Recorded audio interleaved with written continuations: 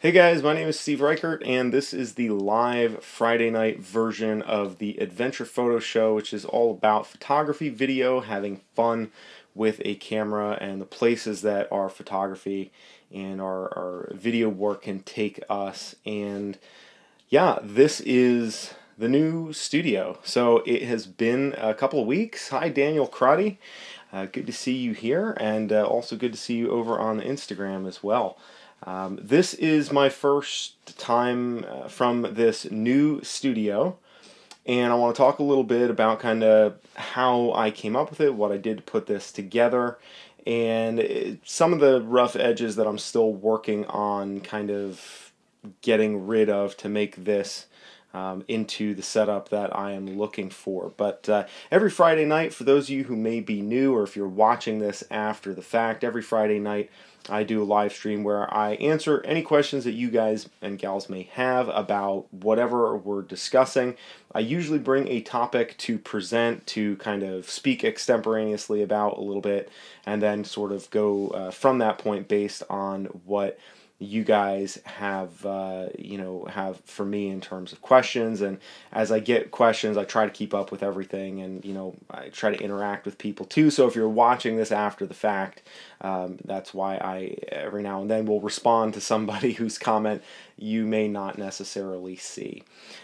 Anyway, so it has been a couple of weeks since I have been able to do a live stream. Good evening, King Yuzi, Burlap and Light. Good to see you as well in here. And if you're in here, feel free to check in and just say hi, because I like to know who is on my streams. A lot of times I'll have a handful of people that are really vocal, and I'll have a lot of people who are not vocal, and then they check in at the end, and I'm like, oh, I didn't even know you were here the whole time. So yeah, it has been an interesting couple of weeks. I am in a different location now, which is the reason why I am not in a closet. I am in, I guess, a slight upgrade from my mother-in-law's closet, which, God bless her for being so generous with her space and allowing us to crash in there. Hello, Mario Crespi. And yes, absolutely, with all the excitement actually on my end, it is good to remember the folks in the Gulf Coast area there that are experiencing a lot of suffering and difficulty right now. And that's a hard thing too, because it's like, you feel very helpless when you think about how many people are don't have the opportunity to do literally anything like this, let alone just be inside and have clothes and food and a house right now. So we are very grateful for that. So I went from being in my mother-in-law's closet to being in my childhood room. I grew up in this house, in this room, and this is the room that I was in middle school. So at 35 with a kid, it kind of feels like, do not pass go, do not collect $200, and you just went back all the way around the board. And now I am back in high school, only I'm 15 and 18 years older, and I've already kind of taken a crack at things, and it didn't go so well in some areas. But I joke about that, because honestly it's really exciting. I just finished my first week of pre-nursing in the college, so I talked about that over the summer and how I want to go back to school to be a nurse. Well, now I am living in upstate New York with my dad. I'm commuting to see my family on the weekends because Stephanie and Lilo are still in Massachusetts. So I got a lot of irons in the fire, and before I came back and started school, which this is my first week going back to school, and I'll tell you a little bit about that, because I'm teaching at the college and I'm taking classes there, which is an interesting experience because I have my foot on like both sides of the line. And I'm very, very fortunate. Like, the school is really awesome, and there's some really fantastic people there that have been very kind and helpful with the process of getting back into school. And it's really intimidating, honestly, especially since I'm taking all science classes now. No, I am not teaching philosophy, unfortunately. I'm teaching like first responder classes, so like first aid, CPR, that type of thing in the movement science department. Used to be called phys ed, but now they cover a little bit more than just phys ed, so they're called movement science now. But that's where I've been teaching, and I love teaching. I would love to teach philosophy, and it's funny that you ask that, because you know, in the first responder classes, the first thing that I start off by asking people is, like, you know, to talk about inspiration and like what inspires them to learn and to be in school and to do all this stuff. Because I look at myself, and the first time I was in school 10 years ago, my goal was to take classes that would be easy for me. And of course, now that I'm taking chemistry and biology and psychology, I'm like, oh yeah, now I remember why I only took English and philosophy classes, because I could sleep through class, write papers on the weekends, play video games all the rest of the time, and just goof off with my friends. And that was a lot easier than studying every day and doing hours and hours worth of homework and what have you. But it's become very apparent to me the value of inspiration in all of that, and I try to really bring that philosophical element even to very hands-on technical skills, like, you know, first responder, life-saving stuff, because ultimately, if you're not able to connect what you're doing with why you're doing it, then how you do it will always suffer. And I think that's something I've seen a lot even in photography, and that's why you know, with the videos that I have in the queue, and I have a ton of stuff in the queue right now because I just got back from Canada, where I was working on the Banting's Ghost documentary project about access to insulin, and I was also climbing with some of my friends, so I shot a whole bunch of stuff to basically keep me stocked with stuff to work on, stuff to edit and post over the next 6 months until I can get out and travel again, maybe. And even then, I may not be able to do that. And, you know, kind of going through all that stuff, it just made me realize how important it is to have fun with what you're doing and to love what you're doing and to not lose that connection to what you're doing.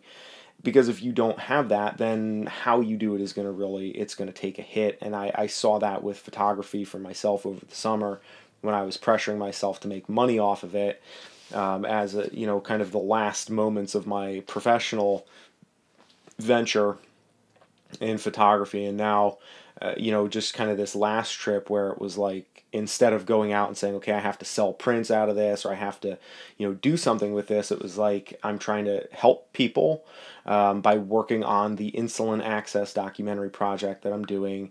And there are, you know, people who are interested in it, and that's great. And there are people who aren't interested in it, and that's fine too. But I know that this is something that I can do that's of service, and it's also important to me. And then also just being able to climb and be with really good friends, it kind of brought me into this position where I remembered how much fun it is to be outside with a camera, out doing stuff, and to be traveling and just getting after it with good friends in the mountains. And, you know, it was very inspiring for me. And so a lot of that is what I brought back, and I'm putting into the work that I'm doing in school when I'm sitting in chemistry class and trying to, you know, keep up with everybody else who just got out of high school and knows the stuff, like, you know, right off the top of their head. You know, I'm able to kind of play with it a little bit and remember, oh yeah, that's right, I'm not just some, you know, adult student who's, you know, down on their luck and had to go back because they failed in one career. I'm actually like a person that has a lot of great experience, and I've done a lot of awesome things. I'm thankful that I had that opportunity, and that was an investment, and now I'm making a different kind of investment, and that's okay too. King Yuzi, you said you'd like to go back to university. Not like I have the power to grant that wish or anything, but what, just out of curiosity, I'd like to know what you would be interested in studying if you went back and did that. And let's see, Khan Academy. Yes, Rika, good to see you here. The Khan Academy, all the professors have mentioned that as being a useful tool to improve and to kind of reinforce stuff. And with the sciences, that everybody kind of learns them a little bit differently. And so, yeah, that seems to be a really popular thing, and I'm going to be looking into that. Tiff, good to see you here as well, and thank you for the compliment, and for everybody else who's commented on this. My studio here, I will talk a little bit about that just for a moment, because that is I guess the title of the video, and I don't want people who watch this after the fact to feel disenfranchised. And tonight, just for the record, I have with me for gesticulation purposes, because I always like to hold a camera, because I feel like if I don't have a camera somewhere around me, that like I can't make points about, so I have to have a camera here to gesture and to, I don't know if any of you guys watch It's Always Sunny in Philadelphia, but if you've ever seen the canned wine episode where Mac is talking about how, what if I'm talking to Charlie, I'm arguing with Charlie, and I want to give him one of these, and like, he does this wild gesticulation, and yeah, great minds think alike there, Tiff. It is highly entertaining. So that's kind of the way I feel with my camera. And last time I did a live stream, I guess it was last Friday, I was talking about getting this lens, the Nikon 105 f2, onto the Fuji X Pro 1, and I've been posting some of those test shots over on my Twitter if you guys want to see it. Hey Peter, good to see you checking in, and definitely catch up later, drop a comment. Always love to hear from you. On my Twitter, I usually post more of my experimental images, which I'm at Living Vertical there and all over the social medias everywhere. But I post more of my experimental images, and I was not disappointed with this lens, which is an f2 lens, super fast, and then with a speed booster on the X Pro 1. It's kind of an interesting marriage of somewhat outdated technology, relatively speaking, keeping up with the latest and greatest. And it's the depth of field is so shallow on this that it's like an act of God to get the right, like always missing by a millimeter. But I have to say, like, and it's of course all manual focus with this lens too, but when you get that, when you nail that focus, it is just like, it feels incredibly rewarding. And so I've been posting some of those pictures on my Twitter, and if you want to see that, you can check it out. Or not is cool too. But this is the camera I'm gesturing with tonight. But yeah, my idea for the studio, I've had a few people from time to time be like, hey, I feel like you should really have a better studio. And I'm like, yeah, I would like that too, but I just didn't have the space. And, at least now I can reach my arms out. If I really want to gesture wildly, I can do that too. But it's super nice to have a little bit more space to work with. And so what I did was I took probably 5 magazines or so and a handful of my prints, and you can see I have a couple of my GH5 prints down here that I did a video on a while ago from when I was logging in Virginia. And most of this is thanks to the, hey AJ Online, good to see you here, and thank you. Most of these magazines, I have a couple old climbing magazines like Climbing Magazine, American Alpine Club, guidebook magazines, and one Outside magazine. Outside magazine was probably the most expensive out of all of them, and it only had like 3 actual photographs in it. The rest were just like advertisements and like these tiny little postage stamps that I couldn't use. But Nat Geo, actually one photo that I do want to point out, this photo right here, very, just on a personal level, very, very important photo in my life. This is the photo that convinced me that I wanted to try rock climbing. That is a photograph from National Geographic magazine of the late, great Alex Lowe climbing up, I believe, Cat's Ear Spire on Baffin Island, which is like Nunavut, way, way northeast Canada near Greenland. It's some of the most remote, insanely inhospitable territory on the planet. And my dad, as he does, pulled a Nat Geo out of the garbage when he was at the dump taking trash in. He rescued it, and I happened to pick it up when I was home on Christmas break one year from college about a decade ago, and I thumbtacked that onto my wall and said, I want this to be a reminder of what I want to do and what I want to be. It was very inspiring to me. Just, I'd never seen anything like it. And so I've carried that picture with me pretty much every move that I've made all over the country. And that that's kind of was the centerpiece for everything that I hung up on the wall, but it was about 5 magazines, maybe a roll and a half of scotch tape, a pair of scissors, and just kind of trimmed everything out. And there's still a few things that I have to do. The lighting in here is still a little suboptimal.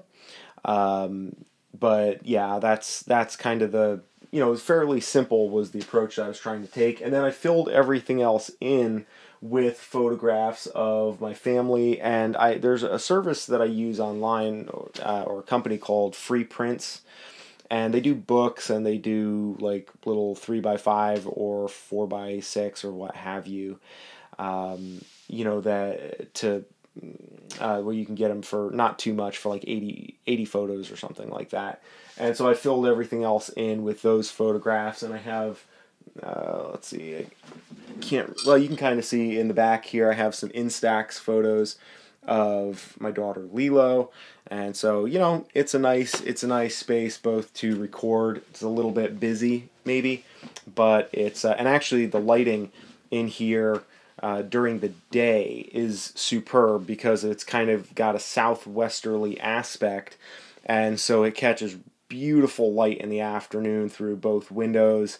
And it's going to be I'm really excited to shoot videos in here, even just like the talking head type of stuff, because it'll be a little bit better to look at than kind of my dirty laundry and such that you are putting up with so kindly in my old location there. Tiff, you suggested a ring light. That is a good idea. Right now I have an LED light that you can see here. It's a little, I think like $20–25 light off of Amazon that I got. And the problem is, like, if it always seems like I have either too much light and then I blow everything out, or I don't have enough light. And probably what I need to do is get another one of these, because right now I'm just using the room light, and you can see that's kind of creating some ugliness back here. And I can dispense with this for a second. Now, I don't know if kind of, okay, so softbox. Now, better or worse? Because this feels like, hey, Queen of San Joaquin, good to have you here. I feel like this is a little too contrasty, a little bit too much, right? You like this better. Hey, Wes, I have a knife that belongs to you. So this improves the background, and I have a small light down here that you can kind of see, because I don't have a table here to put this on in order to bring it up a little bit. So maybe this isn't terrible, and maybe what I need to do is just get another one of these lights and put it out here, and then and not gesture so wildly, so that way I have things a little bit balanced and we don't have quite as dramatic a look. One of the things that I do sometimes with the lighting here, I have a paper towel, and I have everything precariously balanced, so that can make things a little exciting as well. And quick technical repair there. Oh boy, this is moderately humiliating, but this is the way it goes. Okay, so this is with a little bit of diffusing on things, just to kind of, so it's always like either too bright, which is what I felt like it was before, or not bright enough. And the back lighting here, I just kind of figured I wanted a little something to separate me out from the background, but now my face is too dark. So if I kind of take and I'm just using a paper towel over the LED light, as I saw Simon Cade do at one point. So oh boy, you want me to show you these tricks? Okay. Wow. Okay, so I'm going to take a leap here and do like vloggy style live stream. I've never done this before. Okay, so I don't know if I can turn the camera. Oh yeah, I can turn the camera. Okay, here we go. Okay, so this is LED light, and I don't know if you can really even see anything there. Yeah, that's not super useful, I feel like. But that's the gist of the LED light. And yeah, and so I have this little, trying to kind of tone it down a little bit so that you can actually see that down on the floor. I have just this is probably dangerously old and, crazy there, and that's what I have for the backlight. So I have just two lights, and I'll show you that again. I'll see if I can get because with this camera it's hard to, yeah, it's definitely a fire hazard. Just clean my lens off a little bit there. Okay, so that is the LED light, and I have on the LED light, I can do a paper towel, which with just like a little piece of tape as a diffuser. And that works if you're close enough to it, but for me right now, I mean, it's nice, but I'm not super close to it, so it kind of leaves my face a little bit on the dark side. Cool. Well, I'm glad that you like it, Rika. I've always been a little bit reticent about moving the camera around too much and kind of, I don't know. Showing everybody what's behind the curtain, no pun intended, because I feel like it's a little bit, well, it is amateurish because I am, okay, King Uzi says it looks good with the paper towel. Let me try the paper towel. Okay, diffuser, let's call it a diffuser, so we sound more official. And so with the diffuser, it's not bad. If I'm like kind of in here where I'm reasonably close to the light, then my face isn't completely dark. The problem is if I, am not sort of leaned forward like this, and I like the light in the background because it gives a little bit of separation there, and it makes the background pop.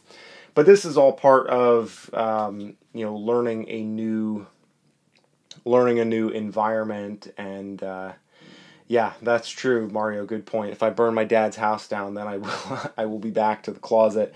And that won't be a good, advertisement for myself as a tenant there. If I'm like, oh, I burned my dad's house down, now can I come burn your closet down?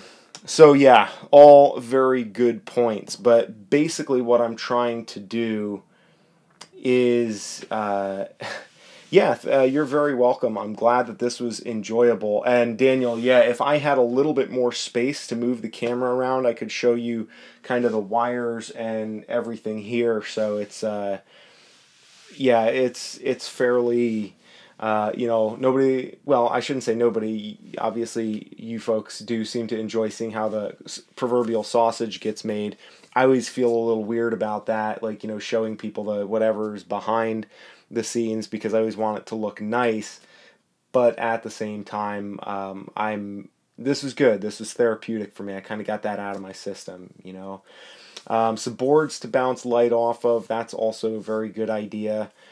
I think what I need is at least one more of these LED lights, and if I have one of those, maybe I think that should give me the right balance, because I have enough like strength or enough volume.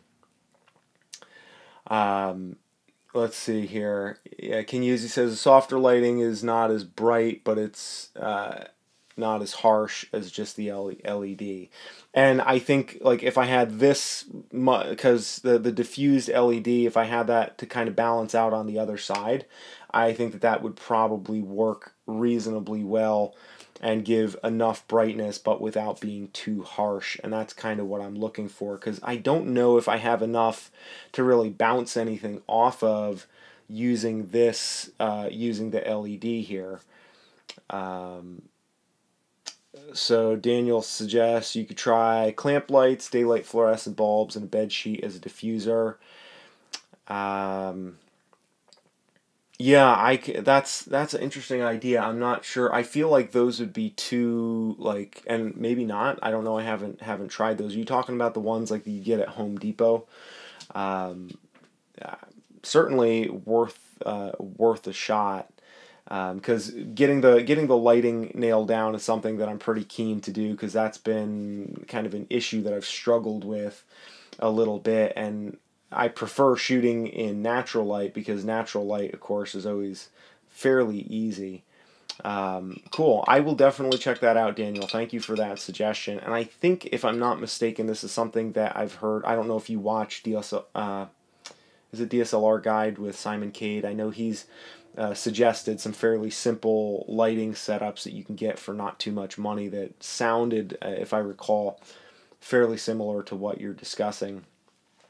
Because I think that I'm just like one light short of having, well, I mean, from a mathematical standpoint, even I can do the math that I'm one light short from a 3-light setup because I have 2 lights to do a 3-point lighting setup. And then hopefully, the thing is I just got to get, and a light stand would be super helpful because right now everything is balanced on fairly precariously. You know, I have this light here back on the floor, threatening to burn the house down, and then let's see. The screen turns around. This is balanced precariously on a crash pad. So that's good to know, Daniel. Avoiding LED bulbs if I'm shooting. And this is on the iPhone, so I'm guessing that this is probably 30. I don't know what the default frame rate of the iPhone is.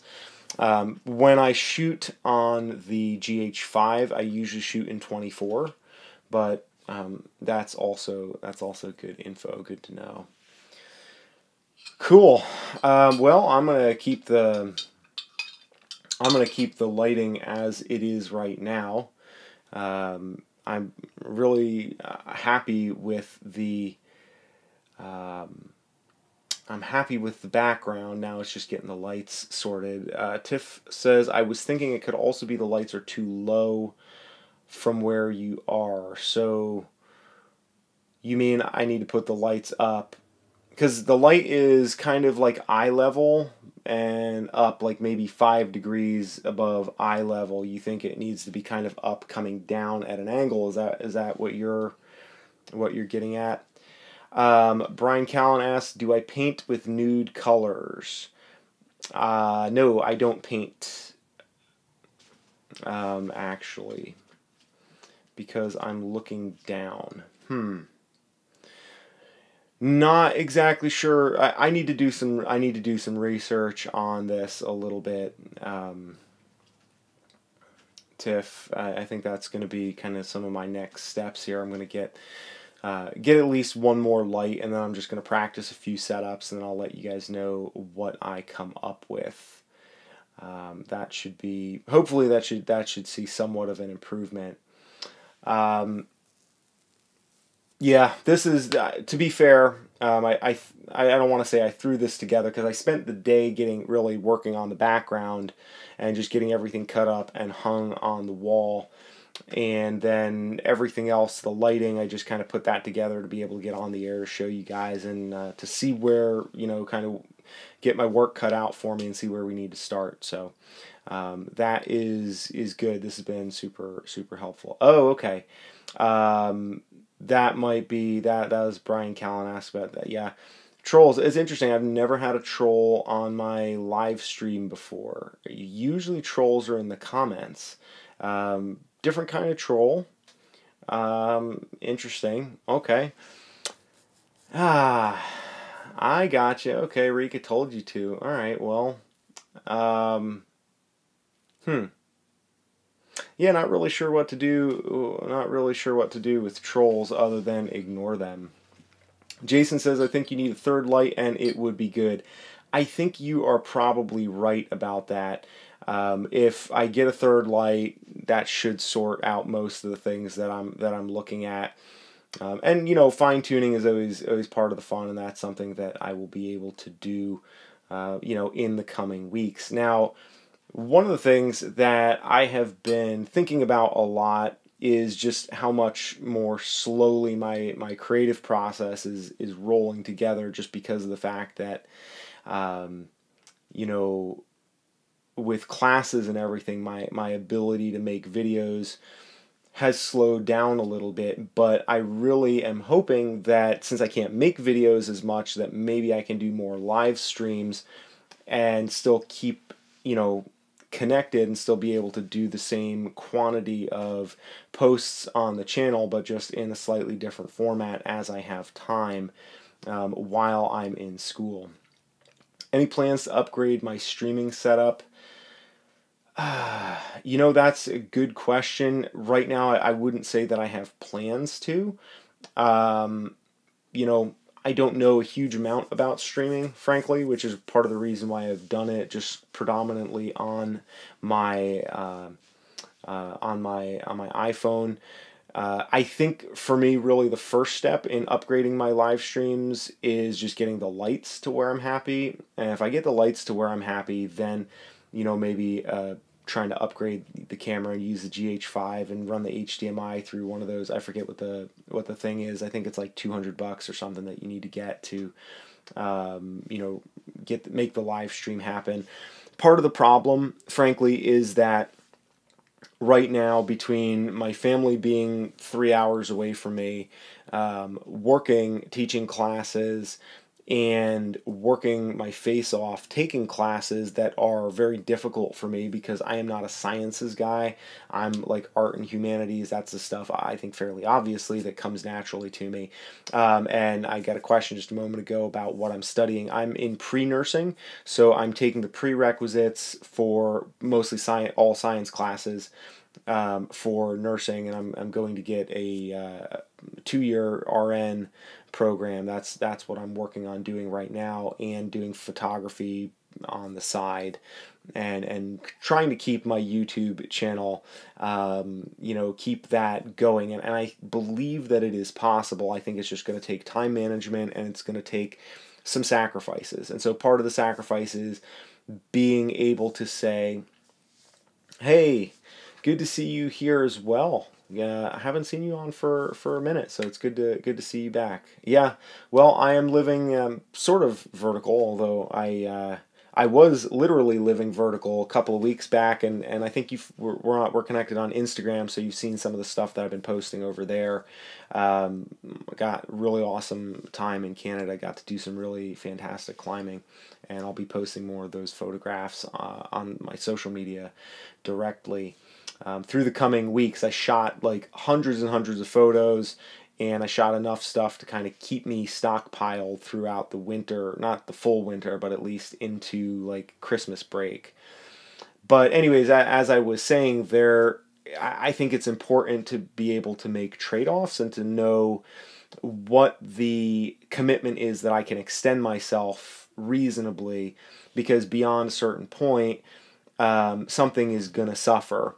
And so right now the priority for me is to, get through the classes, do well and get into the nursing program, and get to the point where I can have sustainable income that allows me to travel and that allows me to actually put my heart fully into this work. And right now, this is something that is enjoyable for me. Kind of, Mario, you mentioned this a little bit ago, one of your questions or one of your comments.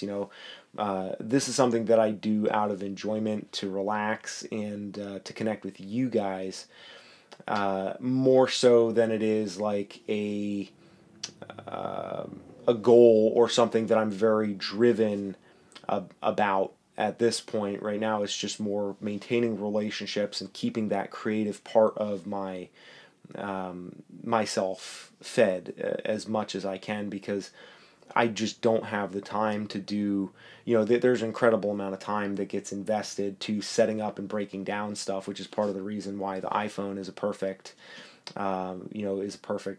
setup. Kinyuzi, your idea of some of the lenses, the clip-on lenses for the iPhone, that's a really good idea. I would love to check those out. I've actually used those way back in the day on a previous iteration of the iPhone, just for still photography, not for video, and I actually enjoyed them. They're super fun to use. They're just like little magnetic lenses that would snap on around the lens, or around the, I guess, iris of the lens, and worked surprisingly well. I was able to do some neat stuff with them. But anyways, I mean, long story, excruciating. My goal in terms of upgrading stuff really is, well, okay, Kinyuzi asked if those lenses work for the front of the camera. The ones that I used previously did not. You had to kind of put them on one side or the other. There was like a little adhesive metal ring that you would just kind of glue onto the camera around the lens, and then that metal is where the magnet from the separate lens, you would snap it on using that magnetic mount. So I believe that it depends. So I had a life-proof case on my phone at the time, which right now I don't have one on, and that one, the size of the rings and everything was geared towards being on just the back lens, or the higher quality lens, not so much the front lens of the phone. But I honestly have to look at that and take a look and check that out. But in terms of upgrading anything, really the smaller things are really more on my priority right now. And if I can get the lighting upgraded, I probably will leave it at that, at least until the end of the semester. You know, just the time that it takes to set up and break down and then go back on, you know, the computer, put in the description and some tags and kind of let people know what's up in the video and my Amazon links and all of that stuff at the bottom. You know, there's a lot of time that goes into that. So for right now, that is kind of what I'm focused on. It's more a survival game for me here on YouTube. And I think that once I get into a good rhythm, and I can say, you know, once I can say, like, these are the amount of hours that I need to not fall behind and to ace, because like I really need to ace my classes. Because now it's much more competitive, since I'm trying to use these classes to get into a specific program that's fairly competitive in the area. So it's not just like I need to get a good grade so I can get a good job. It's like I need to beat out other applicants to get into the program, and in classes that I'm you know, taking, which are not classes that I would expect to do good, or in, I mean, at least not like without trying. Naturally, I'm an arts guy. Tiff asks if there are any specific classes on my schedule I'm excited about. You know, my bio class, and from what I have gathered from creeping on your social media feed, Tiff, I believe that you do something involved with biology as well, which I'm not just saying this as like a softball answer to your question, but I'm taking psych, chem, and bio, all like very entry level courses, but for me it feels like incredibly difficult.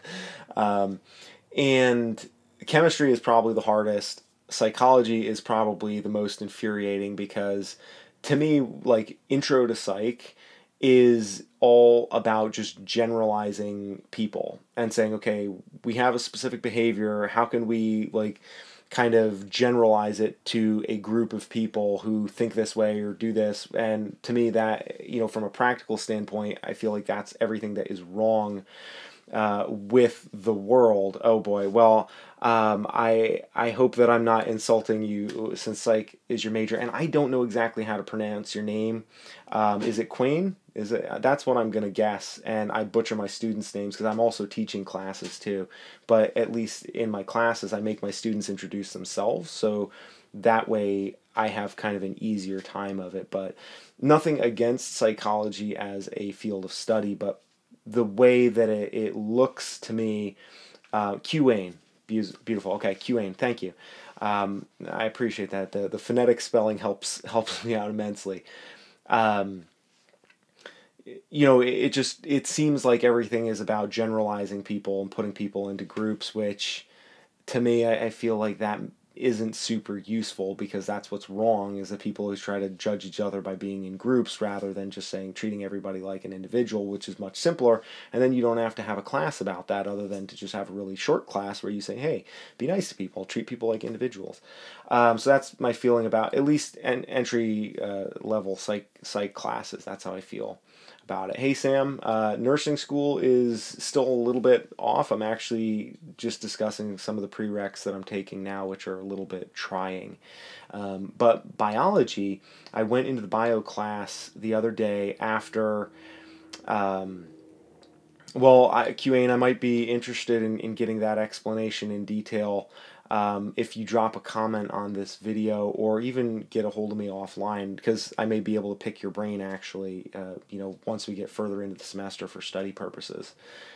And I've actually thought about even just making videos, not necessarily on this channel because, this is more like photography based in my channel, but make a different channel where I basically just teach back everything that I've learned in all of my classes, just 100%, at least my standpoint would be for my own benefit, just to interact more with the material that I'm learning, but do it on my own terms and then put it out there. Maybe it would help people, maybe it wouldn't. But I don't know if I'm going to do that or not. That's just an idea that I had. But anyways, that mentioned that that psych, is okay, but it's not something I'm super interested in. And then chemistry is something that I'm kind of interested in, but it's very math-y, at least at this point. It's very mathy, and math is something that I struggle with because just the abstraction of numbers is something that's challenging for me. I'm not like the angry photographer, although occasionally I am angry and occasionally I am a photographer, but I am not the angry photographer with all of his physics and math background. So chem is a little bit hard for me as well.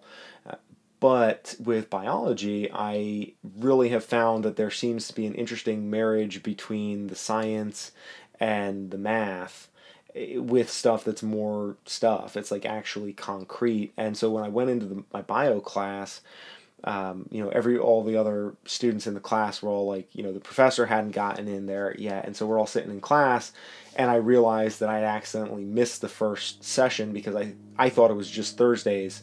So I didn't show up on Tuesday because I thought, oh, it's just a Thursday class. And then everybody was talking about the reading they had done on Tuesday. And I was like, uh-oh.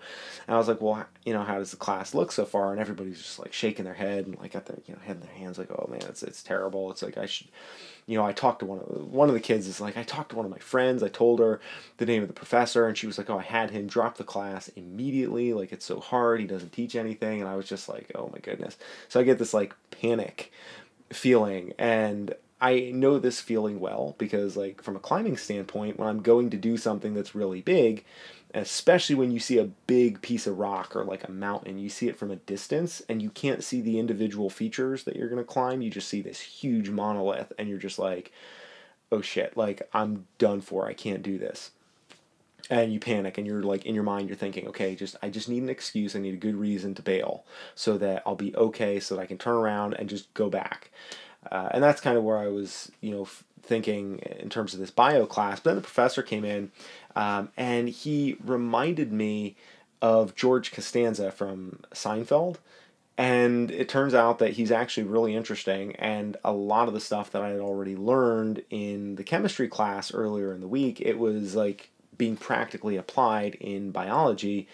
And so I found it really, really fascinating, and I was able to connect a lot of my personal knowledge about biology, which I didn't realize was specifically biology.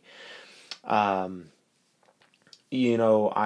didn't realize that all the stuff that I've studied with my own type 1 diabetes and stuff, that was biology. And so I'm connecting all these dots and able to pull information from stuff that I've used. And it's been super, super cool. It's been really, really fun in that class. And also, too, in that lab, I wound up having lab partners that are kind of just out of high school and fairly, like, they're struggling with the material. And so it's given me an opportunity to be like, almost to, not like to teach, but to kind of help them, when we're working on problems in class. And that I find really helps me a lot, which is part of the reason why I started, doing anything on YouTube in the first place, was just because it helps me learn stuff if I teach it back to people. So that's kind of a long answer of kind of why what my favorite classes or what I'm particularly interested in at this point. Tiff, you said earlier, I work in soil science, environmental research tech, algae farming at the moment, but my background is physics. Oh boy. And BS in film and video. Wow. Okay. Well, you're gonna be like my go-to, my what do they call it? Was it the landline? On not landline, on that show, like the game show where you call people that are like smart so they can tell you things when you don't know and you forget, like I just did now. anyways, yeah, I'm gonna certainly be picking your brain as well, and it's cool to realize like how many people that I have had the opportunity. Lifeline, thank you. Oh my goodness, wow. See, there you go. You've already, yes. See, I have multiple lifelines here. Yeah, well, I can't Google it unfortunately right now because I don't have my computer in front of me. My computer is my phone, and my phone is occupied with the live stream. But yes, my lifeline. You guys are going to be my lifelines. Crash Course has playlists per subject. Thank you, QAnon. That's very helpful as well. And right now, I haven't gotten to the point of really, like, I don't know what I don't know at this point. Right now, I'm just kind of like being immersed back into the review and kind of the process and the schedule and all of that. And then, of course, being my family is out further east, so I'm 3 hours apart from them, and there's a lot of and then there's also work on my end too. So I'm juggling a lot of this stuff and just trying to keep all the strands, all the strands sorted in my head at this point. So once I have a better idea of what I need help with, I think that will make it easier. I think a lot of times, it's easy to get psyched out by, no pun intended, by the things that you're not sure of, but you know that there are going to be questions that you're going to have to answer, but you're not at that point of saying, oh, I don't know the answer to this, but you know that there are things that you don't know in there, but you just haven't encountered them yet, and that can be a little bit challenging. Mario asks, why nursing? Excellent question. I've had a few people ask me this, and one of the things over the last 5 years or so since I've worked in photography and like doing freelance work and social media consultancy and all of that stuff, a big part of what I've had to do in order to survive and to maintain an income of any sorts is really sell myself and explain to people why they should, hire me. And there's a huge amount of competition, and arguably it's always a race to the bottom because somebody's going to undercut you, and chances are somebody's going to, charge less than you do for work that is as good or almost as good, or in some cases even better. And everything moves so fast that in what I was doing, being professional photography and also like social media, it's sort of a marriage really between photography and social media. And nowadays those positions, unless you're doing specifically wedding photography, there is much more of a social media component invoked in any photography position, or vice versa. Like if you're doing social media, you need to be a photographer because they're not going to hire a separate photographer to give you shots so that you can post them on social media. Everybody's looking for somebody who does like creative/social. And that's predominantly what I wound up doing over the last 6 years or so, in addition to my own stuff through Living Vertical, making some films and, doing some speaking engagements and doing some documentary projects, and all the stuff that I did around Living Vertical involved usually type 1 diabetes and serving that community, which is something that I'm still doing through my documentary project that I'm working on right now about insulin access. But with all the stuff that I was doing, it occurred to me that I had all of the downsides of doing a 9-to-5 job. I was always sitting.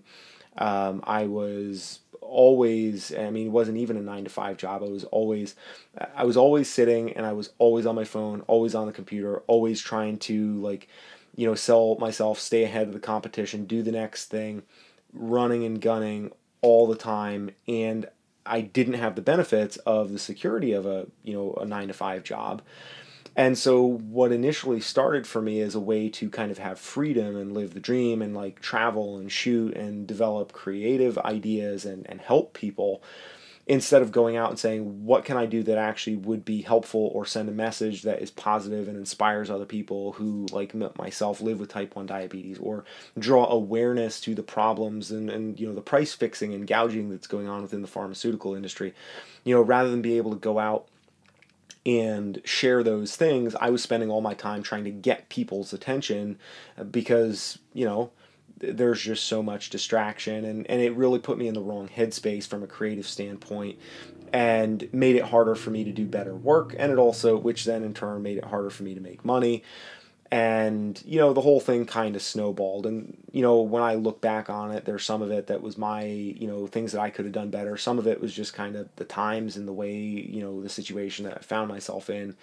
And long story excruciating, I decided that I wanted to do something that would be useful in a very tangible, straightforward manner that wouldn't require me to go back to school for ages, that would give me good job security, that would give me good time off, that would give me portability so that I could take that job pretty much anywhere and do it without having to retrain necessarily, completely without having to go back to school or what have you, where I could go anywhere, plug in, and just be like, look, this is what I do.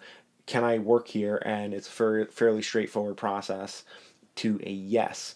And nursing certainly has that, and also sustainability, because it's the type of job that everybody needs on one form or another, and it's also an opportunity to really be of service to other people and help people, because I believe that being successful in any sort of career ultimately, the difference between being successful and not is if you have somewhere in your mindset that what you're doing is serving other people and being helpful.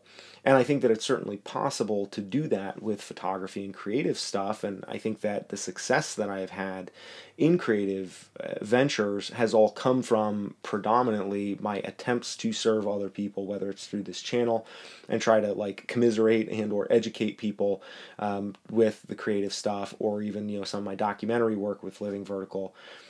But the problem is, it's also hard to be, financially successful when you're doing that in this particular field. And so nursing, to me, checked all the boxes that would allow me to still keep doing what I'm doing creatively, but that would also pay me and sustain me and my family. And honestly, having a kid is something that really changed a lot of my perspective, because photography was providing enough for me when it was just me and my wife and we could live out of our car and kind of bum around. But then when you have a kid and it's like, I want to grow up, I guess, yeah, I'm growing up with her too. I want her to grow up with me and be able to say, hey, sweetheart, let me buy you a climbing gym membership. Let me buy you a harness. Let's go on this trip together. Let's do this awesome thing.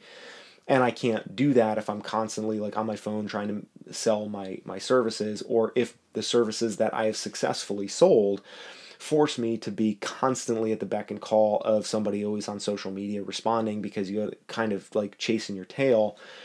And I would rather say, I'm going to take 3-4 days a week, I'm going to work 12-hour shifts, and then I have 3 or 4 days off that I can, that's it. I have that time, and then I get that time back, and I get to spend that with my family, and I get to invest that doing the things that really feed who I am as a person. And for the first time in years, when I was in Canada just a couple weeks ago, I felt like a climber again.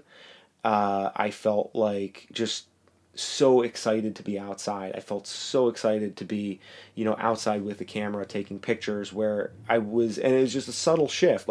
I'm doing all the same stuff, but I'm doing it from a standpoint of love, because I'm not desperate to do it from a standpoint of, financial gain, because I've kind of separated that out a little bit. And so that's a kind of a long answer, I guess, but that's why I decided nursing. And I'm not 100% sure. I mean, occupational therapy is possible as another, avenue that's similar. Physician assistant, JV, you mentioned, is also similar classes. And I have a friend who's doing a PA, and his PA is, or at least what he's told me about, being a PA, it does not sound easier, but he's also very, very, very, very anal about stuff. He is he's the PA that you want, because he's the one who has done nothing but live in his textbook and live in that world.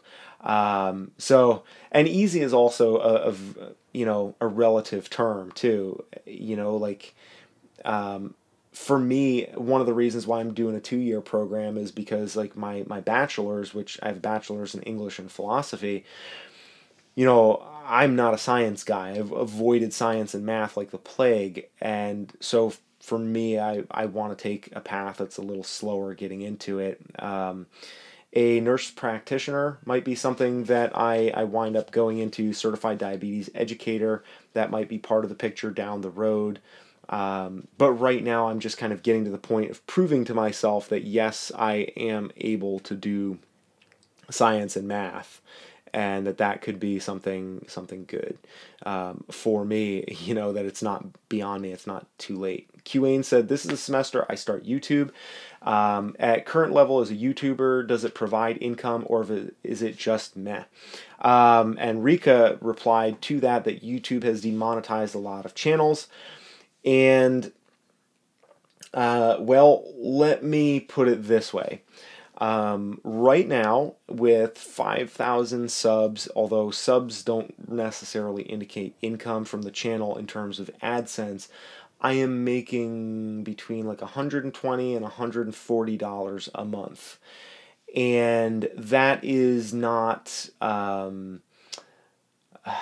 that's definitely not enough to provide for myself, but at the same time, that's enough to pay for the music that I use on Epidemic Sound. So it's $15 a month for that. It's enough to help cover some of the other things.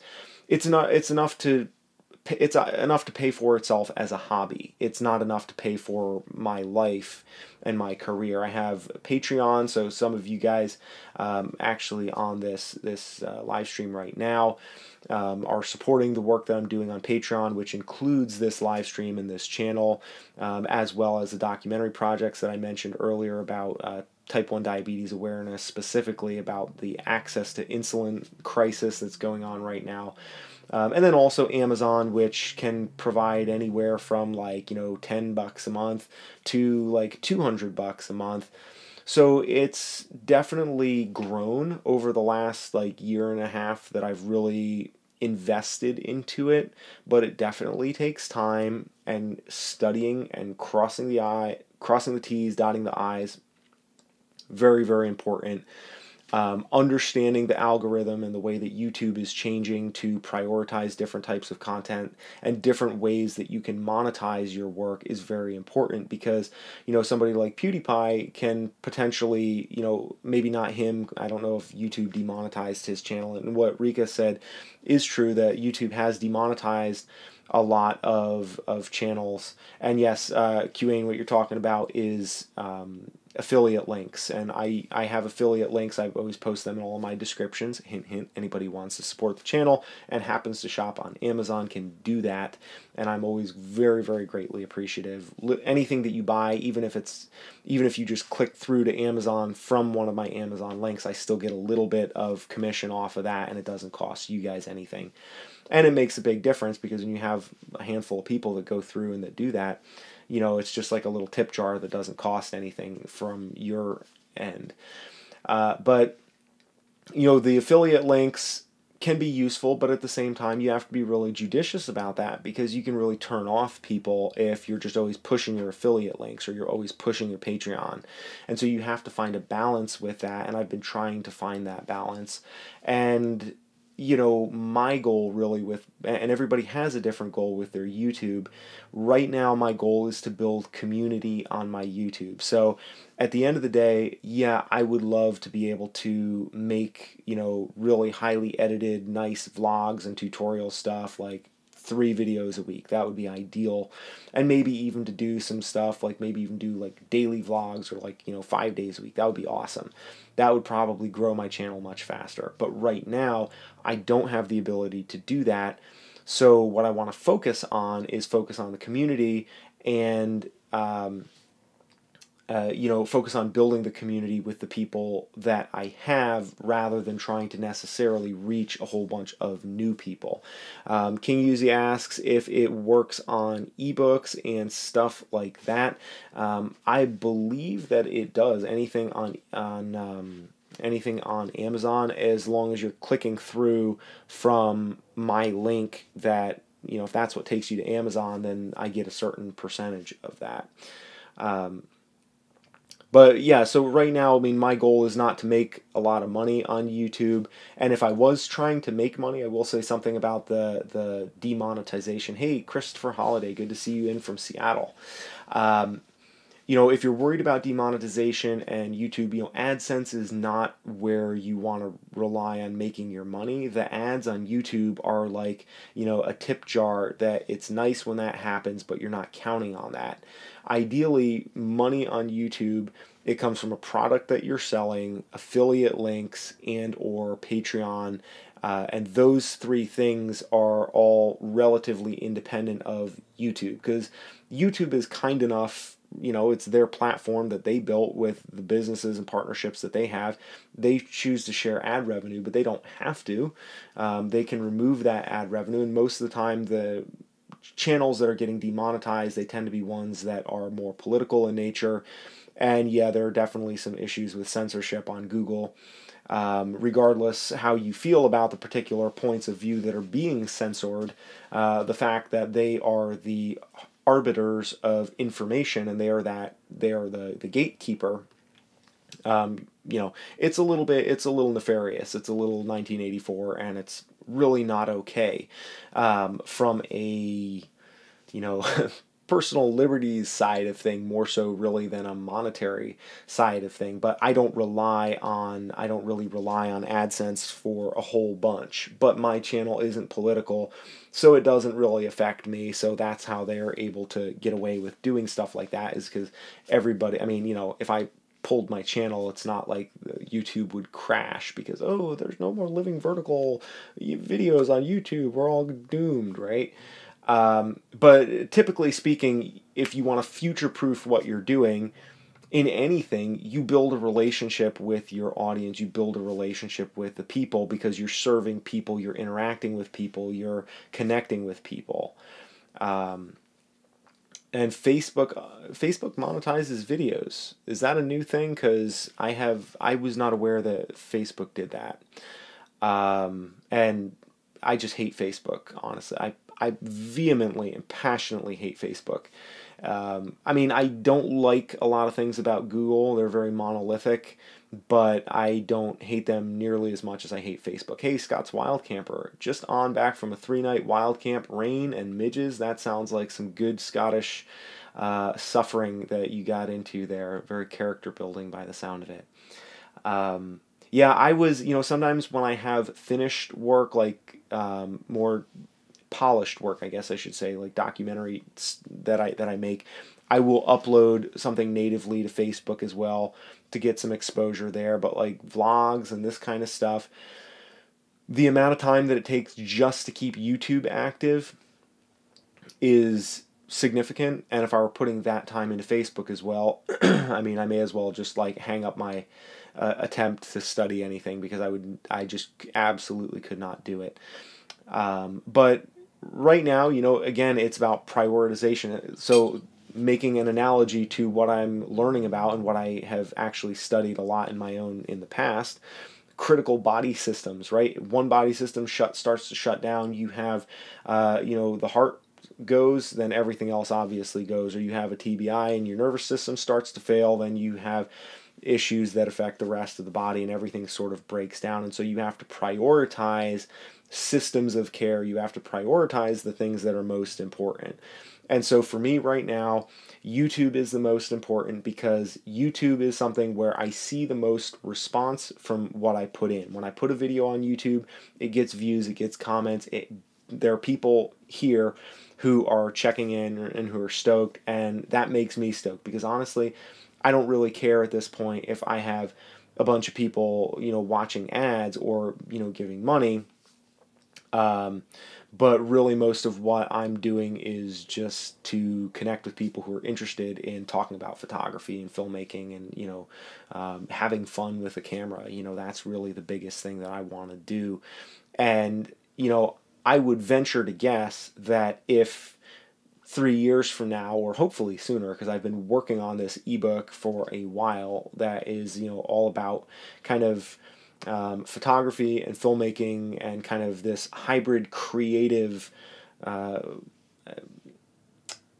work on from a minimalistic point of view. So not like how to, you know, grade your footage to make it perfectly, you know, beautiful and match Hollywood editors, or how to, you know, get the sharpest image corner to corner by image stacking or stuff like that's all like technical, but really more a way of the way that I have approached photography or approached filmmaking, and give the most important meat and potatoes that can help people change the way maybe that they look at things, and to go do more interesting things with their camera and be inspired to go out. And I mean, if you want to be better at anything involving a camera, you point your camera at something that's more interesting, and inherently it gets better, right?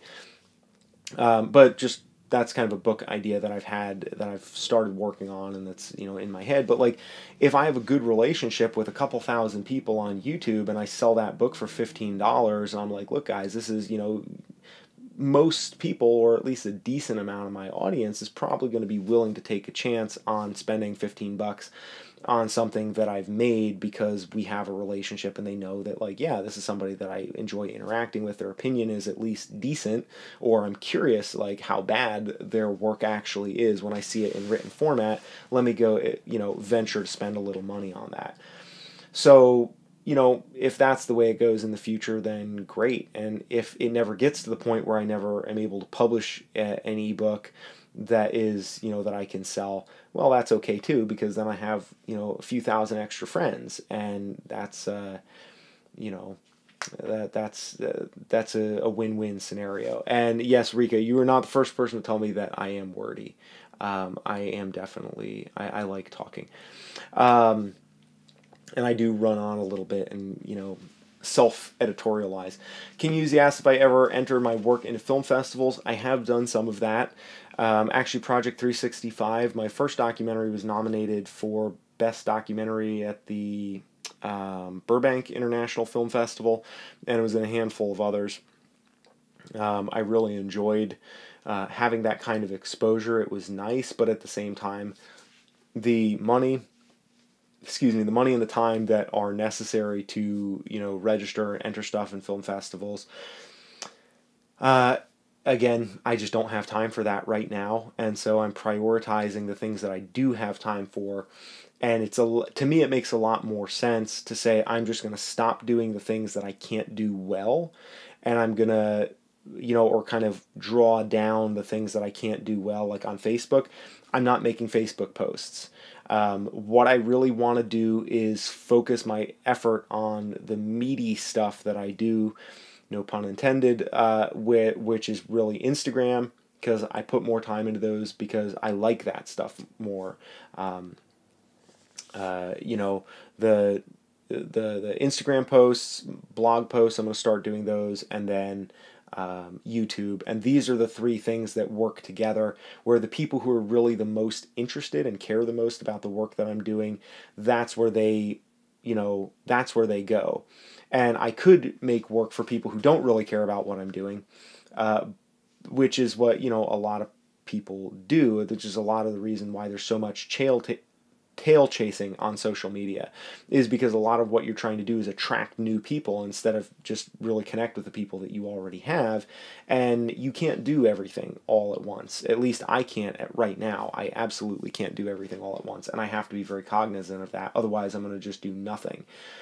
So I'm just trying to kind of knuckle down and focus on, you know, YouTube, blog, and Instagram. And then Twitter is just like to kind of chat with people that I enjoy, you know, interacting with, kind of my scratch pad, I guess you could say, because I post images there that I wouldn't post on my more highly curated Instagram feed, where I want that to look nice. But I can post stuff when I'm just messing around with like vintage lenses, or, you know, I just want to connect with people who want to chat with me, or what have you. It's nice to have that more direct connection to people. And Facebook is just whatever trickles through from Instagram, and occasionally I'll post some native stuff on there. But Facebook, unless you have money to put into it as some sort of an advertiser, you're kind of hosed with most of your stuff. Or maybe for some people who have really interesting stuff that is,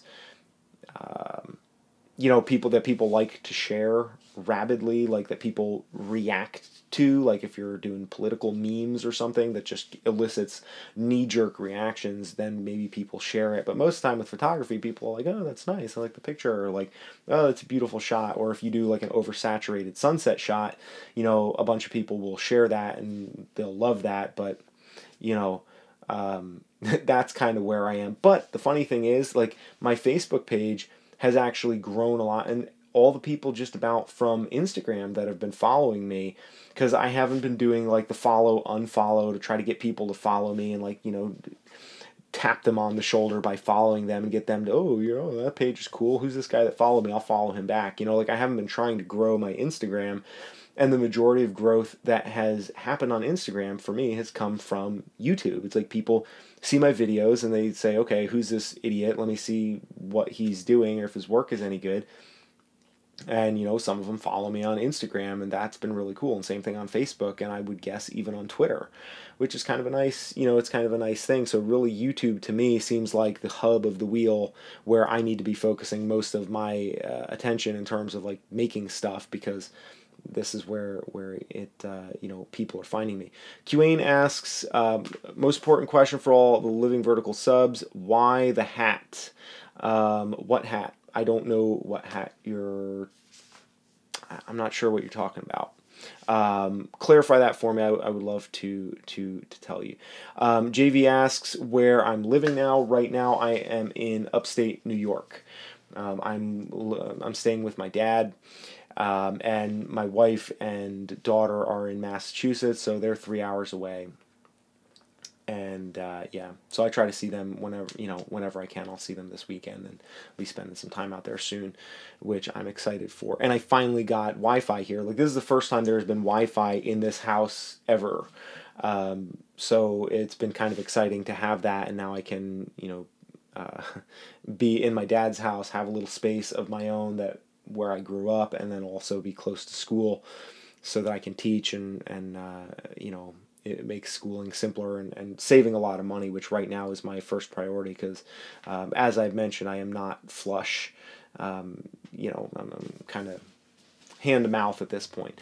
QAne says, I was never a social media person. As it relates to YouTube, I feel like I have to view it as a chess game to be successful.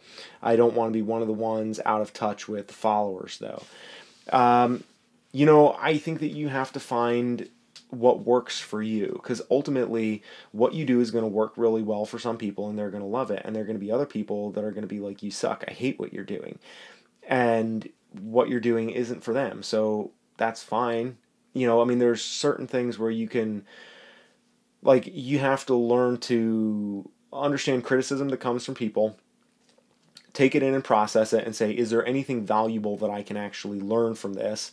You know, maybe it's somebody who's being critical of a creative technique that you used and they're telling you in kind of a not so nice way something that you can improve about your editing. Or, you know, the person who told me, you know, they said lots of really nice things about my video, but they were like, you know, kind of a backhanded compliment where they were talking about how my studio that I was, my room that I was shooting in, you know, they were kind of made some disparaging comments about that, and they weren't wrong. You know, it's like I learned from that and I was able to, but ultimately I couldn't at the time until now, when I have a space now that I can decorate a little bit differently, you know, that was the best that I had to work with, and it had to, you know, just do the best with what you can and do what feels natural and that works well for you, because it has to be sustainable what you're doing. And if you try to do something that is meant to please other people, it's not going to be sustainable. And then the people who liked what you were doing, even when you weren't going all, like I've had a lot of people that really respond positively to these talking head videos where I'm just like sitting down and like, okay, I want to riff on a topic about photography and go. Or I want to talk about this piece of gear or whatever. And like, there's some people that really love that. And then there are a handful of people that are just like, oh man, I'm all bummed out. Like, you're not doing the vlogs and the documentary stuff as much as you were. And I was like, okay, well, I'm doing what I can, and I'm doing what is on my mind and what's fun for me, because that's the only way it's going to be sustainable. If I'm trying to grind out stuff or use social media platforms that I hate, like I hate Snapchat. I hate Snapchat so very much. Like, Snapchat is, and I'll forgive Instagram for being Snapchat-y because of the fact that they're also Instagram, and you can go on Instagram and it can be, and it is, for my mind, a platform where beautiful things are created and shared. But Snapchat is just like, how can we take creativity and just take a dump on it and make it the stupidest, most frivolous, nonsensical thing that is out there? I loathe and detest Snapchat. Hate it. So I don't try to be on there, because when I mean, I am on Snapchat. But I always like delete it because I need space on my phone for photos that I'm actually going to post to Instagram. So I wind up deleting Snapchat. Then every now and then I'm just like, oh man, I heard Chase Jarvis talking about Snapchat. Maybe I should give it a try again. Like, I hated Instagram when it first came out, and now I love Instagram. I want to try it again. Nope. Every time I go back to Snapchat, I hate it. So I don't put any effort in there to try to be good on Snapchat because I hate it. And it wouldn't be authentic, and it wouldn't help. Now, there are other people who are on Snapchat who absolutely crush it, who do a great job because they like it. They don't feel the way that I do about it. And so I let that be my guide. You know, in some ways, like, you have to know how and where and when to be selfish in order to actually be able to help people.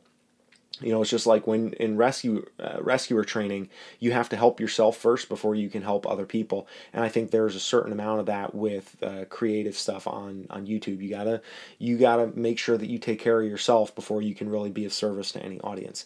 Daniel Crotty, you pointed out searchable videos is a good tool. And yeah, I've gotten a lot of searchable traffic through, you know, talking about the GH5, talking about gear, and I know that a lot of people are down on that. But at the same time, it's relevant stuff, and I do it in a way that allows me to offer the same perspective that I put into everything that I do, which is who I am. So I make no apologies for the times that I talk about gear, but I like not having to talk about gear all the time. But yeah, that's a good way, is when you can be searchable.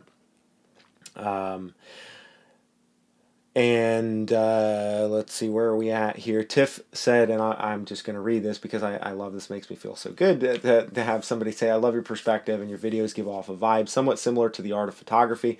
That is one of the most massive and amazing compliments that you could give, because Ted, I absolutely love Ted and his videos. A very, very huge fan of his.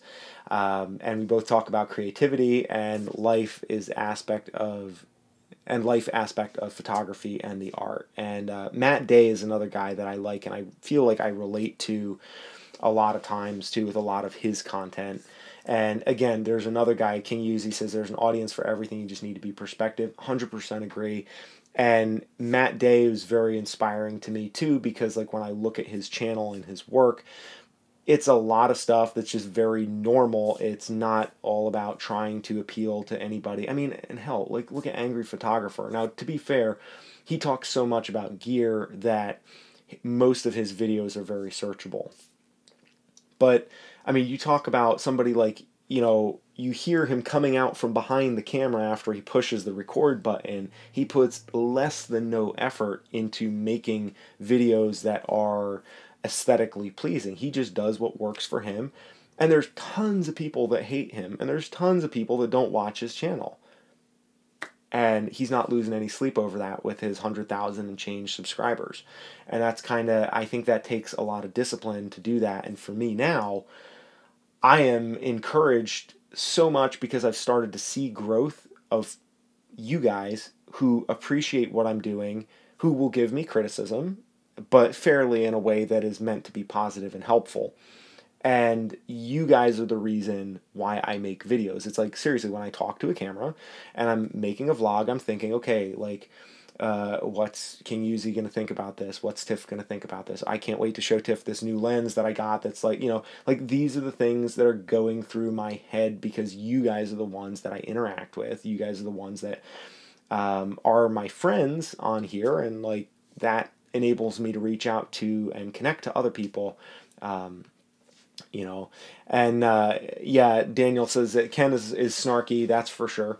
A lot of people like that, although I have to say, when I saw his video where he actually got together with Jason Lanier, I was a little disappointed because he totally rolled over and like backed down to Jason Lanier, and I was just like, I kind of liked the fact, like you say here, you know, he does, and like you say, he's not always pushing people to buy latest and greatest, and he's got a very unique perspective in that way, and I like that, and I feel like I can relate to that. Although he's a little bit more in your face than I am. I'm a little bit more, maybe, I don't know, reticent or tactful, I like to think, and I don't try to be. It's just that's just who I am, and that's who he is. But that's why I like his videos.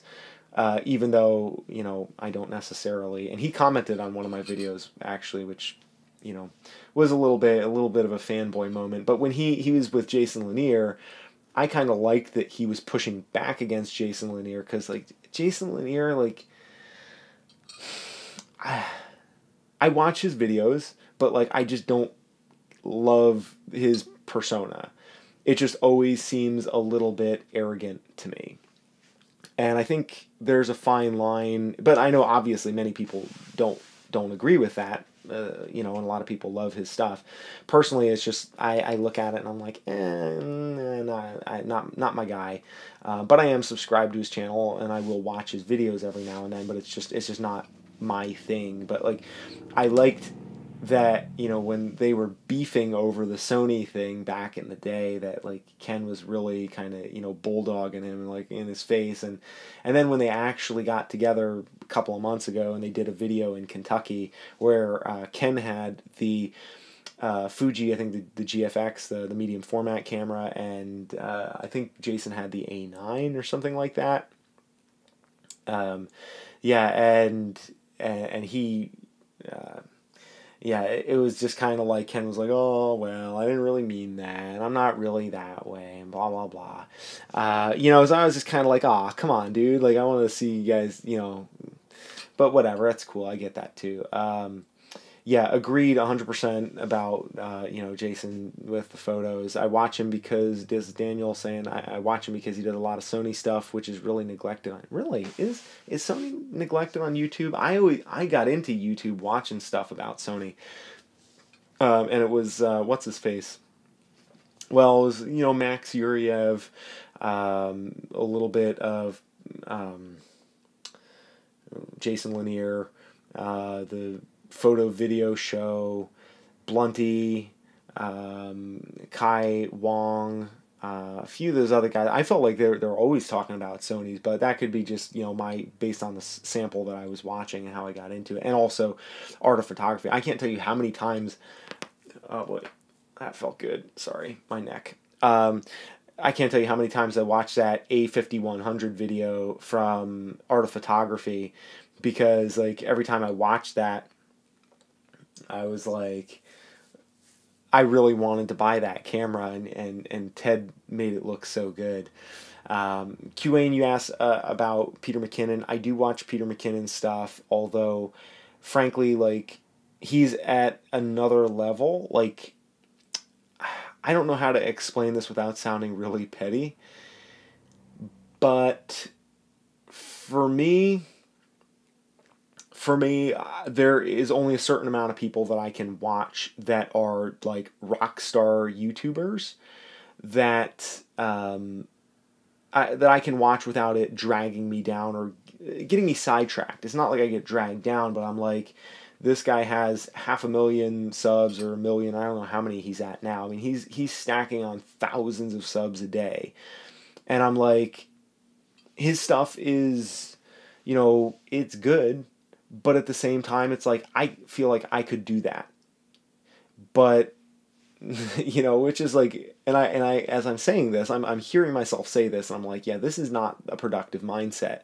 To be like, I can do this stuff. My stuff isn't, like, proportionately, like, some of my videos that are my better stuff have not generated nearly the traffic or what have you.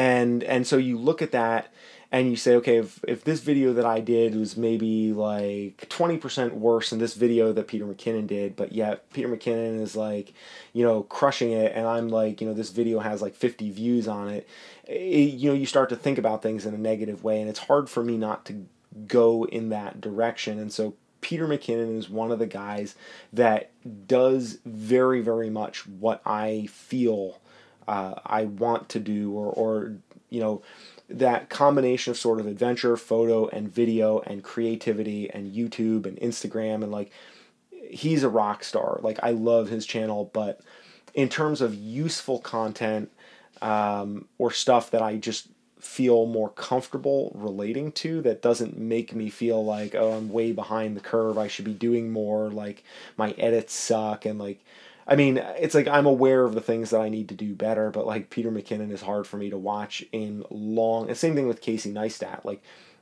super, super talented, great stuff, but there's a limited amount of their stuff that I can consume before it just starts to feel like just drinking from a fire hose. Whereas when I watch other channels that are a little bit more conversational, you know, it feels a little bit more casual, laid back, like I'm chatting with a friend, and so that's something I'm always very cognizant of, that I want to maintain on my channel, is I'd rather have a smaller following and a slower growth arc, but at least keep a more of a conversational tone in the way that I do things. And you know, so that's kind of, yeah, I like Peter McKinnon, but that's kind of how I feel about his stuff.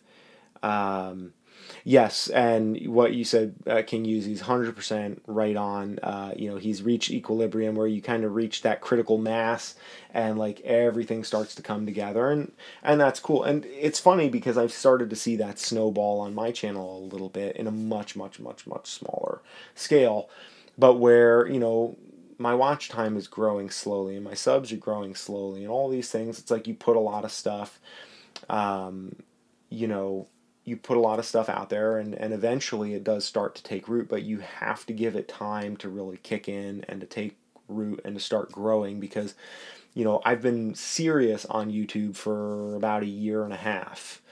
And in that time, I've made a lot of mistakes. I've done a lot of videos that have like 100 views. And, you know, it's been a process of trial and error, you know, and I'm thankful for all of it, really. But you know, yeah, just kind of reading back in some of the comments here, and Tiff says that they both have different forms of confidence. Both forms are strong. Being nice usually beats out being angry, even if you're strong, because you, in a way, don't care, which is Jason's tactic. Yeah. That's another thing too. Yeah, Jason, or what you said, like everybody on Jason's channel were calling Ken an amateur as though that's a bad thing, and you see that a lot in photography. I feel like you see that more in forums than here on YouTube, but where somehow it's bad to be an amateur, and that's one of the things I got a little bit of hate for on my video where I said I was quitting pro photography.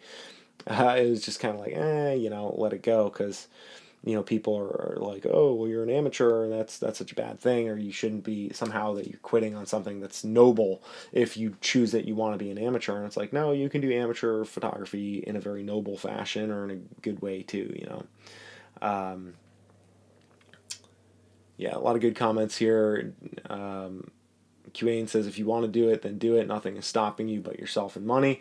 That's true.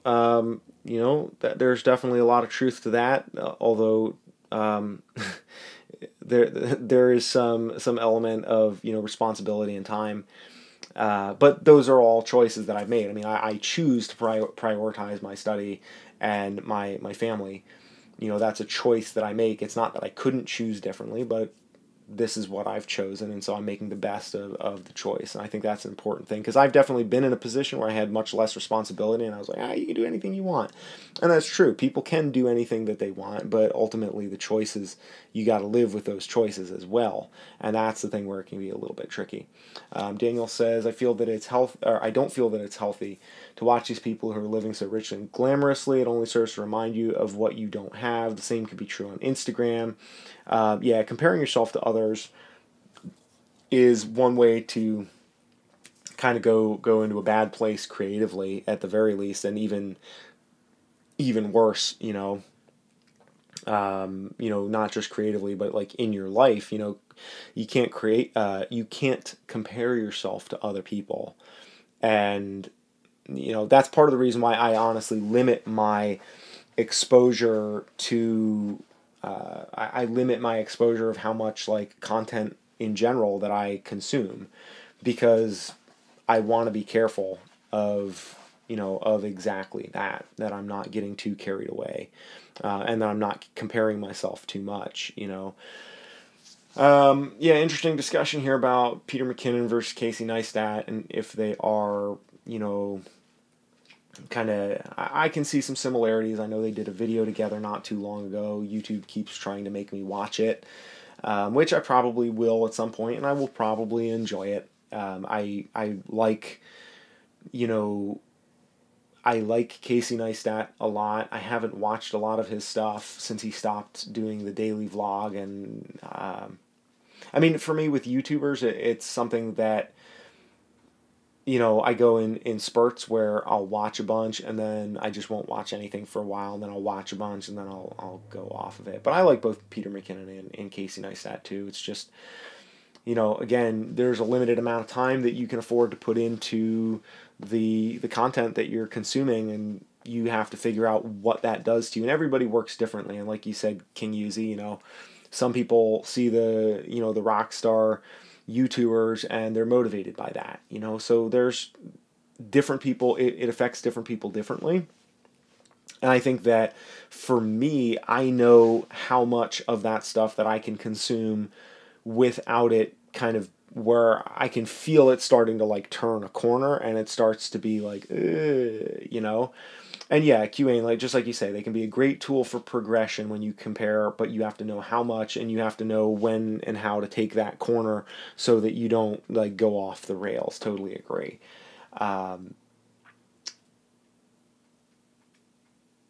Let's see here. Daniel says that can be true. I've noticed a lot of people just bragging rather than telling stories. Casey's gone this way recently. Interesting. Yeah, I haven't followed Casey Neistat. I haven't really seen a lot of his stuff. I mean, there are definitely times when I feel like, the humble brag thing happens a lot. And, yeah, it's, I don't know what to say about any of that stuff, because, people come and go from my channel. I have ups and downs on here and everywhere. And there are definitely some times when something happens and I'm proud of it. I want to share it. And I think that for a lot of us too, there are probably people that look at my Instagram and are just like, oh, look at this guy. He's got all these, followers, which I don't have a huge Instagram following, but I have a much bigger Instagram following than I ever thought I would have.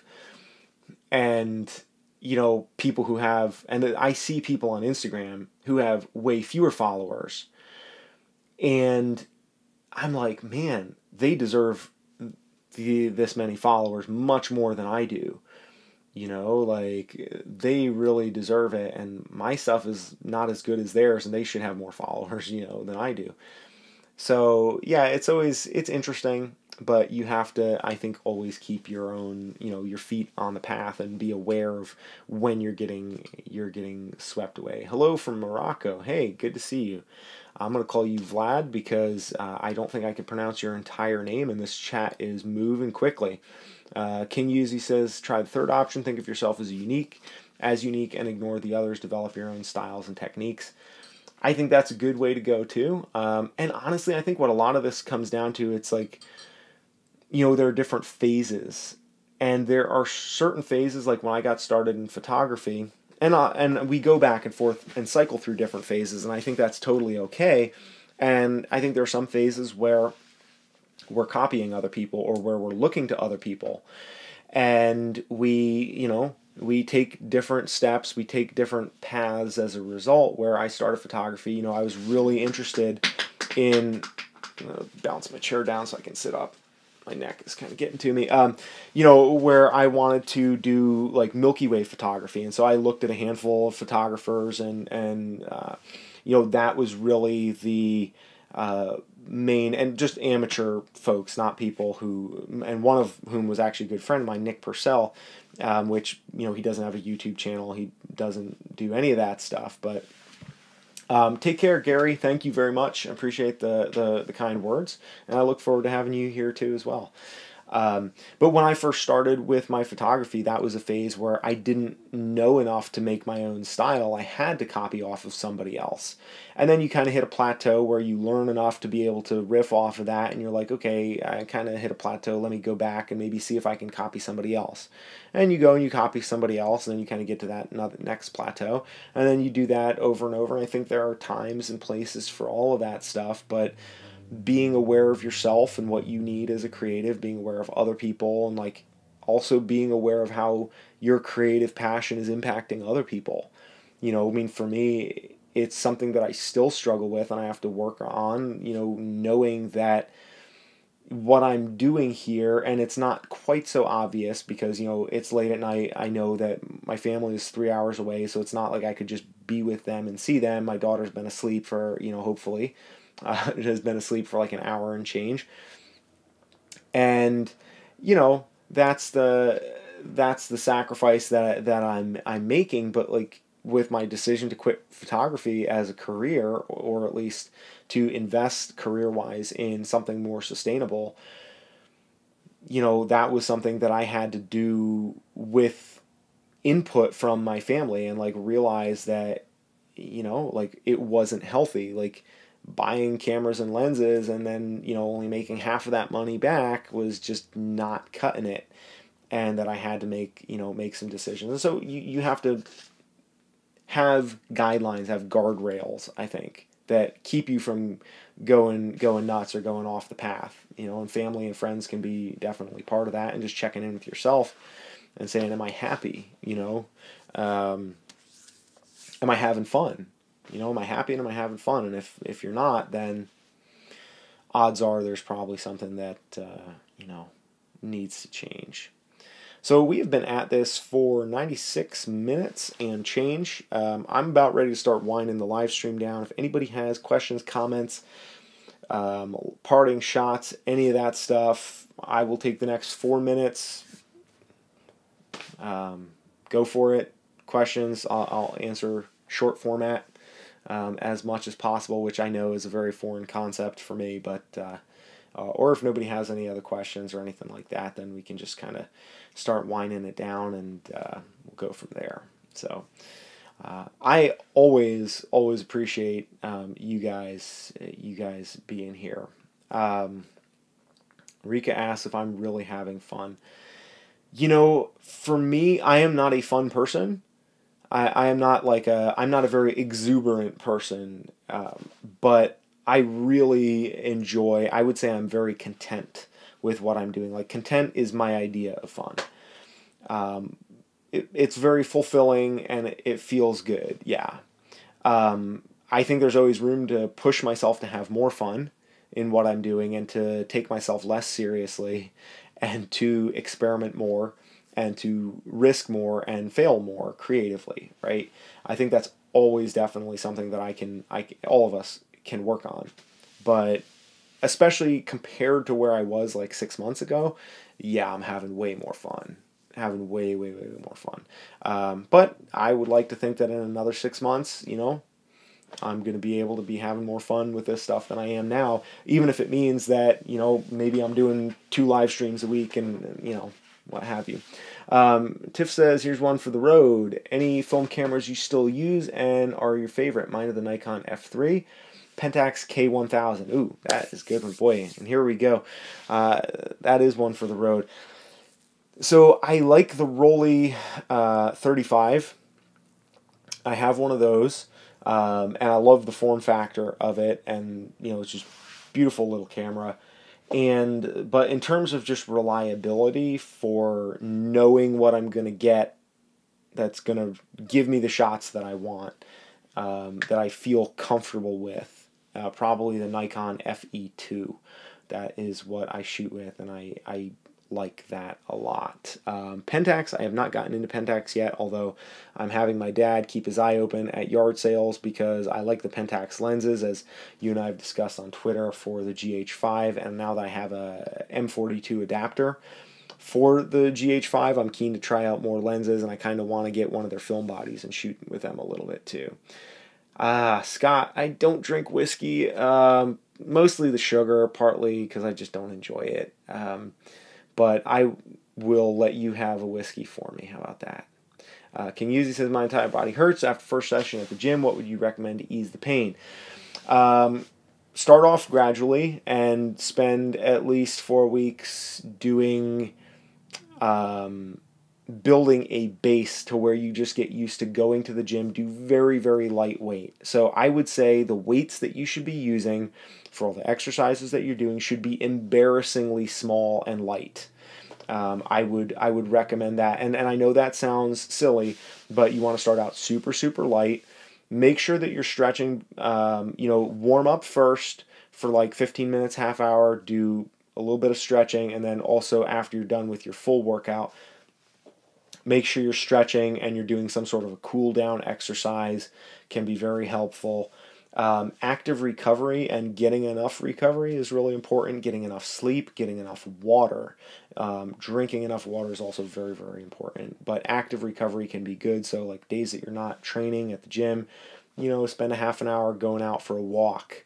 One of the worst things you can do is if you go out, you do a hard workout and then you're tired and you just like eat and you go plop down on the couch and then everything kind of like freezes up. So you want to make sure that you're ramping into your workout gradually and ramping out of it gradually. And the actual meat and potatoes of your workout should actually be fairly short. Good night, QAnon. Thank you very much for being here on the live stream. But yeah, hydrate, get electrolytes, get good rest, and active recovery and stretching. Okay.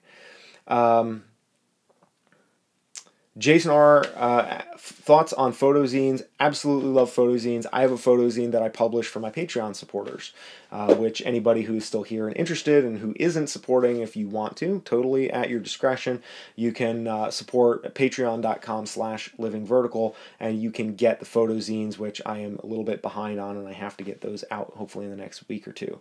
But I love photozines, and those are, to me, printed photos are the best things that can come out of a camera, because it's a whole different ball of wax, and it's a really, really nice way to showcase your work and to have something tangible. So I love photozines, absolutely. Cool. All right, let's see where we are. It looks like all the questions have been answered, and yeah, it's late. You guys have a good weekend. Have a good evening. Thank you all so very, very, very much. Anybody who is watching, if I haven't seen you, talked to you, interacted with you before, would love to have you follow this channel and be able to hear more from you, what you're doing, and kind of what your experience of all this stuff is. And if you subscribe to the channel, I am trying to put out weekly videos, trying to get into a production schedule now that I'm in school. Good night, Rika. Thank you very much for being here as well. Trying to get into a production schedule, but ideally at least one live stream a week and hopefully 1 or 2 videos, vlogs a week, all talking about getting after it with a camera and having fun making awesome stuff. So, Tiff, look forward to seeing you on the Twitters as well. Everybody take care. That's it for me, folks. Good night. Going out on a high note like George Costanza. Hope you guys watch Seinfeld. If you don't, check it out. And we'll see you on the next episode or live stream of the Adventure Photo Show. Remember to have fun doing this stuff, because if you're not having fun, then what's the point? Later, guys.